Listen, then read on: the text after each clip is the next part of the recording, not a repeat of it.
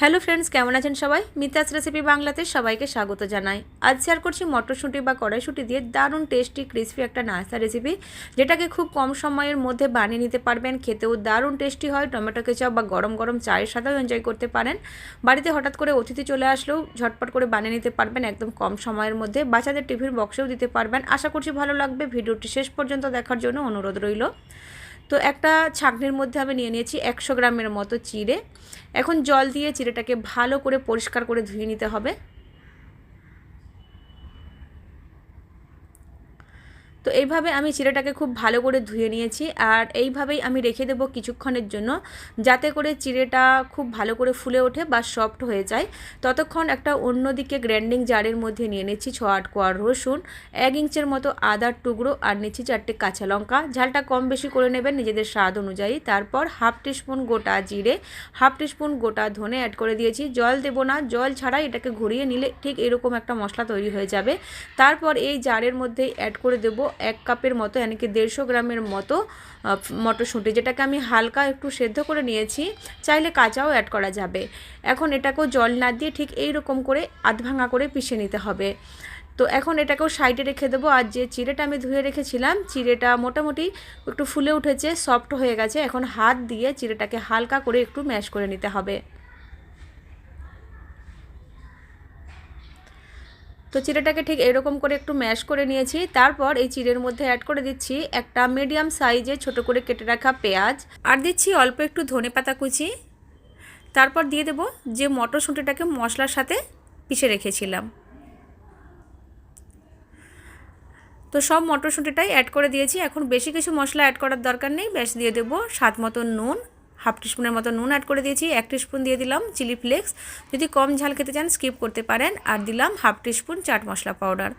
এখন দিয়ে দিচ্ছি বাইন্ডের জন্য 2 টেবিল স্পুন বেসন। বেসনটা অবশ্যই দিতে হবে, স্কিপ করলে হবে না। স্কিপ করলে কিন্তু নাস্তাগুলো ভাজার সময় তেলের মধ্যে ফেটে যাবে। তো এখন জল দেওয়া যাবে না, জল ছাড়াই খুব ভালো করে চেপে চেপে একটু মেখে নিলেই মিশ্রণটা একদম পারফেক্ট রেডি হয়ে যাবে।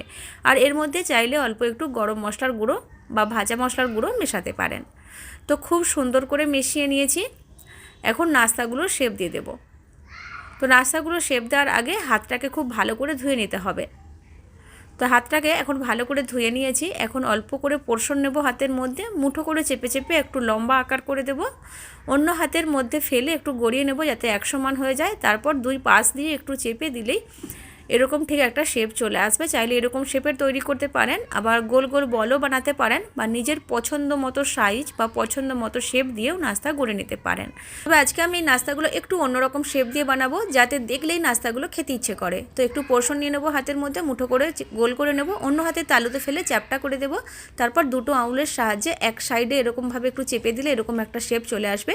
মানে ট্রেনের মধ্যে যে কাটলেট পাওয়া যায় ঠিক সেই রকম করে আমি নাস্তার শেপ দিয়ে দিয়েছি। আর এইভাবেই বাকিগুলোও তৈরি করে নেব। চাইলে নিজেদের পছন্দ মতো শেপ অবশ্যই দিতে পারেন, তবে এইভাবে তৈরি করলে একটু কিন্তু সময় লাগবে। তো এই নাস্তাগুলো ভাজা করার জন্য একটা প্যানের মধ্যে 4 টেবিল চামচের মতো তেল গরম হতে বসিয়ে দিয়েছিলাম। খুব বেশি তেল অ্যাড করার দরকার নেই, নাস্তাগুলো শ্যালো ফ্রাই করব। আর তেলটা একদম হাই গরম করার দরকার নেই, মিডিয়াম গরম হলেই এই নাস্তাগুলো অ্যাড করে দিতে হবে। তো প্যানের আয়ত্ত অনুযায়ী আমি অ্যাড করে দিয়েছি। এখন 3 থেকে 4 মিনিটের মতো ভেজে নেওয়ার পর পাল্টে দিচ্ছি অপর সাইডটা ভাজার জন্য।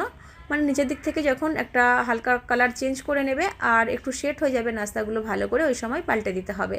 আর এইভাবে উল্টে পাল্টে 3 থেকে 4 বার ভেজে নেব। আর একটু সময় নিয়ে মিডিয়াম ফ্লেমে ভাজা করলেই খেতে বেশি ক্রিস্পি হবে আর ভেতর পর্যন্ত খুব ভালো করে ভাজা হবে। তবে শেষের দিকে একটু কালারটা চেঞ্জ করার জন্য 2 মিনিটের মতো ফ্লেমটাকে বাড়িয়ে দিয়ে ভাজা করে নেব। খুব বেশি সময় লাগবে না, মোটামুটি 7 থেকে 8 মিনিটের মধ্যে একটা ব্যাচ সুন্দর করে ভাজা হয়ে যাবে। তো 3 থেকে 4 বারের মতো নাস্তাগুলোকে উল্টে পাল্টে আমি ভেজে নিয়েছি। দেখতেই পাচ্ছেন নাস্তার মধ্যে সুন্দর একটা রং এসে গেছে, আর নাস্তাগুলো কিন্তু খুব সুন্দর ক্রিস্পিও হয়েছে। এখন তেল থেকে তুলে নিচ্ছি, আর একই রকমভাবে আমি বাকি নাস্তাগুলো ভেজে নেব। তো দেখতেই পাচ্ছেন খুবই সিম্পল, খুব সহজেই কিন্তু এই নাস্তাগুলো বানিয়ে নিতে পারবেন। তো আমি এগুলোকে সার্ভ করেছি টমেটো কেচাপের সাথে, চাইলে আপনি গরম গরম চায়ের সাথেও পরিবেশন করতে পারেন। বাড়ির সকলেই কিন্তু ভীষণ মজা করে খাবে। তো ফ্রেন্ডস, খুবই সিম্পল একটা রেসিপি, আবার খুব কম সময়ের মধ্যেও বানিয়ে নিতে পারবেন। আর এইভাবে বানিয়ে বাচ্চাদের টিফিন বক্সেও দিতে পারেন, বাচ্চারাও কিন্তু টিফিন বক্স খালি করেই বাড়ি আসবে। তো আজকের রেসিপি যদি একটু ভালো লেগে থাকে ভিডিওটিকে লাইক আর চ্যানেলটিকে সাবস্ক্রাইব করে আমাকে সাপোর্ট করার অনুরোধ রইল। আর যদি এইভাবে বাড়িতে বানিয়ে থাকেন কমেন্ট বক্সে ফিডব্যাক শেয়ার করতে ভুলবেন না। ফিরে আসবো আবার নতুন কোনো রেসিপির সাথে। ভালো থাকবেন, সুস্থ থাকবেন, বাই বাই।